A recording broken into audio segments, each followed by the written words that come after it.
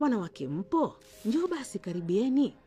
Leo nataka tuzungumzie kuhusu sodo zisizo salama au taulo za kike. Je, unajua kuwa zinaweza kuwa hatari kwa afya yetu? Hebu tuchunguze kilichomo ndani ya hizi sodo.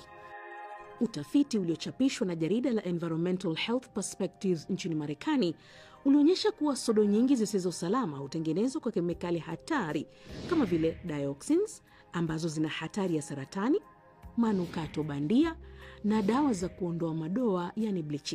Kemikali hizi zinaweza kuingia kwenye mwili wetu kupitia ngozi na kuwa na madhara makubwa.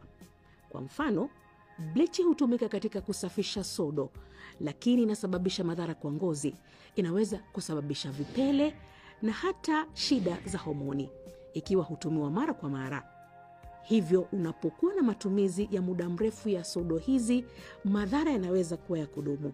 Sasa kila unapotumia sodo na kukutana na athari hizi, utafanya nini?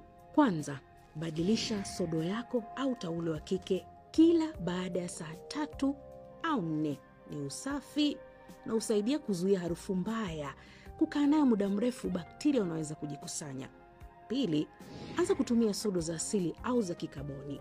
Sodo hizi hazina kemikali hatari kama bleach na harufu bandia na zina faida kwa afya yako. Jaribu kutumia pia vikombe vya hedhi yani menstrual cups ambavyo ni rafiki kwa mazingira na vinafaa kwa afya yako.